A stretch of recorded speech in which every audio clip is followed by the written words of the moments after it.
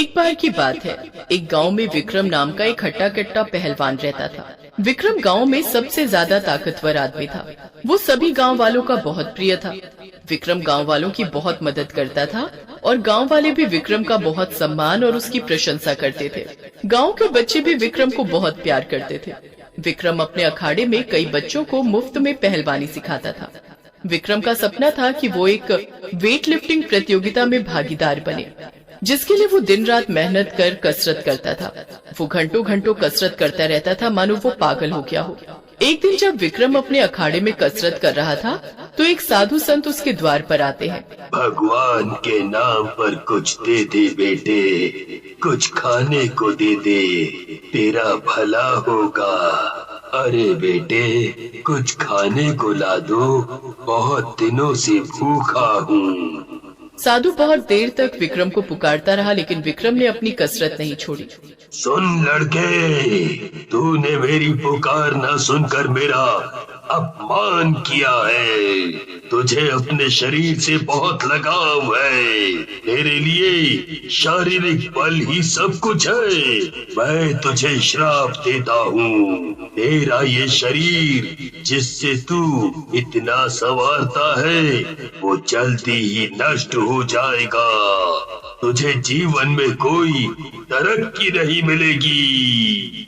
इतना कहकर साधु वहाँ से चला जाता है। विक्रम जब साधु के मुंह से निकले उस श्राप को सुनता है तो वो डर जाता है। हे साधु महाराज, मुझे माफ कर दो। मुझे अपनी कसरत के कारण आपकी पुकार सुनाई नहीं दी। मुझे माफ कर दो।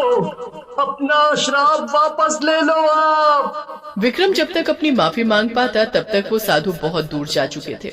विक्रम को अपनी गलती का एहसास हुआ और बहुत दिनों तक वो उदास रहा। उसने कई दिनों तक कसरत करना छोड़ दिया, जिसकी वजह से वो अपना शारीरिक बल खोता जाता है। वो धीरे धीरे कमजोर होता जाता है। कुछ ही दिनों में वेट लिफ्टिंग प्रतियोगिता का दिन आ जाता है। विक्रम बहुत ही उदास मन से उस वेट लिफ्टिंग प्रतियोगिता में जाता है। अब आपका स्वागत है गांव के सबसे बड़े वेट लिफ्टिंग प्रतियोगिता में। यहाँ अलग अलग शहर से लोग भागीदार बनकर आए हैं। मैं आप सभी का दिल से स्वागत करता हूँ। अब देखते हैं इसमें कितना है दम। मैं क्या करूं? अगर मैं ये प्रतियोगिता नहीं जीत पाया तो क्या होगा मेरा? मैंने अच्छे से कसरत भी नहीं करी। और अब हम स्वागत करते हैं विक्रम का। विक्रम जैसे ही वेट लिफ्ट करने जाता है वो असफल हो जाता है। विक्रम अपना पूरा दम लगाकर भी उस वेट को उठा नहीं पाता, जिसकी वजह से वो प्रतियोगिता हार जाता है। निराश होकर विक्रम घर वापस आ जाता है। आज मेरा बहुत बुरा दिन था। मैं प्रतियोगिता नहीं जीत पाया, जिसके लिए मैं इतनी मेहनत कर रहा था। कहीं ये साधु का श्राप तो नहीं? नहीं, ऐसा नहीं हो सकता। मैंने कसरत अच्छे से नहीं की, इसीलिए मैं हार गया। मैं दोबारा मेहनत करूंगा और अगले साल फिर प्रतियोगिता में जाऊंगा। विक्रम ठान लेता है कि वो अगली बार जरूर जीतेगा, इसीलिए वो पूरे साल पौष्टिक खाने के साथ दिन रात कड़ी कसरत करता है। अगले साल जब विक्रम वेट लिफ्टिंग प्रतियोगिता में जाता है, जैसे ही विक्रम प्रतियोगिता में अपना प्रदर्शन करने जाता है, वैसे ही वो अपने आप को कमजोर पाता है। उसके हाथ में दम नहीं होता, जिसकी वजह से वो वजन उठा ही नहीं पाता। विक्रम की सारी ताकत फीकी पड़ रही थी। वो पूरा दम लगाकर भी वजन नहीं उठा पा रहा था, जिसकी वजह से वो प्रतियोगिता हार जाता है। वो फिर निराश होकर वापस घर चला जाता है। विक्रम ये बात सुनकर बहुत उदास हो जाता है और कसरत छोड़ देता है। विक्रम उदासी में खाना छोड़ देता है। धीरे धीरे वो बहुत कमजोर और पतला होता जाता है। अंत में वो इतना कमजोर हो जाता है कि वो अपने बिस्तर से उठ भी नहीं पाता। धीरे धीरे उसका सांस भी लेना मुश्किल हो जाता है और फिर उसकी उसी बिस्तर पर मौत हो जाती है। अगली सुबह जब गांव वालों को पता चलता है तो वो उसका शव जलाने ले जाते हैं। शव जलने के बावजूद उसे शांति नहीं मिलती, क्योंकि उसे साधु बाबा का श्राप लगा था। वो एक खूंखार बलवान भूत बन जाता है। विक्रम की अशांत आत्मा उसी बंजर अखाड़े में भटकती रहती है। विक्रम का भूत बहुत ही गुस्से वाला और भयानक होता है। एक दिन रात को कोई गांव वाला उस बंजर अखाड़े की तरफ से गुजर रहा होता है। तभी उसे अखाड़े की तरफ से एक अजीब सी आवाज आने लगती है। ये कैसी आवाज आ रही है? हवा भी नहीं चल रही।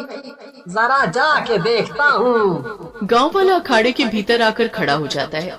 आवाज तो यहीं से आ रही। फिर अचानक से अखाड़े की रेत तेज तेज उड़ने लगती है। उस रेत को विक्रम का भूत ही नियंत्रण कर रहा होता है। विक्रम अपने भूतिया जादू से उस रेत की रफ्तार तेज कर देता है और रेत की रफ्तार के कारण वो गांव वाला अखाड़े के बाहर गिर जाता है। सुनो, अब तुम दोबारा इस अखाड़े की तरफ से गुजरना मत, नहीं तो मैं तुम्हें मार दूंगा और इस गांव को भी तबाह कर दूंगा। गांव वाला उस भूत से डरकर दुम दबाकर भाग जाता है और सारे गांव में ये ऐलान कर देता है कि कोई बहुत ताकत वाला भूत इस गांव के अखाड़े में घुस गया है। सभी गांव वाले बहुत डर जाते हैं और उस अखाड़े की जमीन को बेचने का फैसला ले लेते हैं। 1 साल बाद आरव नाम का एक शहर का लड़का उस अखाड़े की जमीन को खरीदने की सोचता है। वो उन गांव वालों से बात करने जाता है। नमस्ते अंकल, मैं इस अखाड़े की जमीन को खरीदना चाहता हूँ। क्या आप मेरी मदद कर सकते हैं? हाँ बेटा, क्यों नहीं, अभी आपका काम पूरा करवा देते हैं। शुक्रिया अंकल। बेटा, तुम इस अखाड़े की जमीन का क्या करोगे? घर बनवाओगे? नहीं नहीं, मेरे दादा इस गांव के बहुत बड़े पहलवान थे। उन्होंने वेट लिफ्टिंग प्रतियोगिता के कई सारे मेडल हासिल किए। मैं भी उनकी तरह बनना चाहता हूँ, इसीलिए मैं यहाँ एक जिम खोलूंगा और कसरत करूंगा। क्या कसरत? वेट लिफ्टिंग प्रतियोगिता? पहलवानी? मुझे दाल में कुछ काला लग रहा है। क्यों अंकल, आप ऐसा क्यों कह रहे हो? बेटा, इस जमीन को जरा संभाल कर इस्तेमाल करना। इस जमीन पर एक पहलवान का साया है। अंकल जी, मुझे माफ करना, मैं भूतों में विश्वास नहीं करता। इतना कहकर आरव वहाँ से निकल जाता है। आरव कुछ ही दिनों में उस अखाड़े की जमीन को जिम में परिवर्तित कर देता है। आरव भी विक्रम की तरह कसरत का शौकीन था। वो पूरा दिन जिम में कसरत करता था। विक्रम के भूत को ये देखकर अपनी कसरत के दिन याद आ जाते हैं। एक दिन रात को आरव जब जिम में ही कसरत करके सो जाता है, तभी उसके जिम के औजार इधर उधर गिरने लगते हैं। उस आहट से आरव उठ जाता है। अरे, ये आवाज कैसी थी?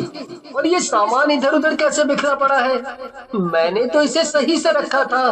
तभी विक्रम का भूत अपने भयानक रूप में आरव के सामने प्रकट होता है।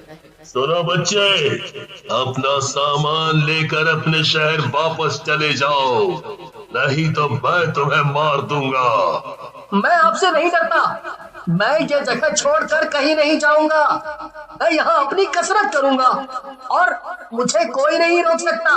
तुम्हें यहाँ से जाना पड़ेगा। ये जगह मेरी है। मैं यहाँ कसरत करता था, तुम यहाँ नहीं रह सकते। आप और कसरत? मैं नहीं मानता और मैं ये जगह नहीं छोड़ूंगा। मुझे यहाँ रहकर कसरत करनी है और वेट लिफ्टिंग प्रतियोगिता में भाग लेकर जीतना है। क्या तुम भी उस प्रतियोगिता में भाग लेना चाहते हो? हाँ, और मैं उसमें जीतना भी चाहता हूँ।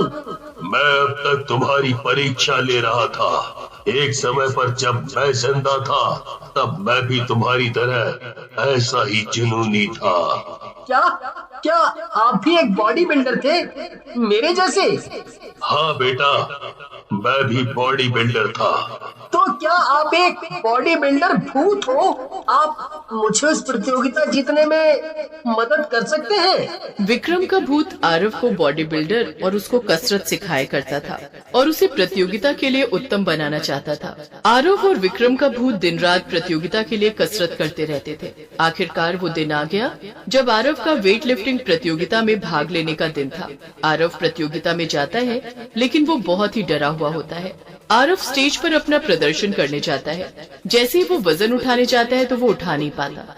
भूत दूर खड़े होकर ये सब कुछ देख रहा होता है। भूत आरव को जिताने के लिए उसके शरीर में प्रवेश करता है। आरव को भूत के अपने शरीर में प्रवेश के बाद एक उत्तम शक्ति का एहसास होता है। प्रतियोगिता जीतने के बाद जब आरव के शरीर से भूत निकल जाता है, तब वो उसका बहुत शुक्रिया करता है। बॉडी बिल्डर भूत की याद में आरव अपने जिम का नाम बॉडी बिल्डर जिम रखता है और वो विक्रम की तरह ही कई सारे बच्चों को मुफ्त में कसरत सिखाता था।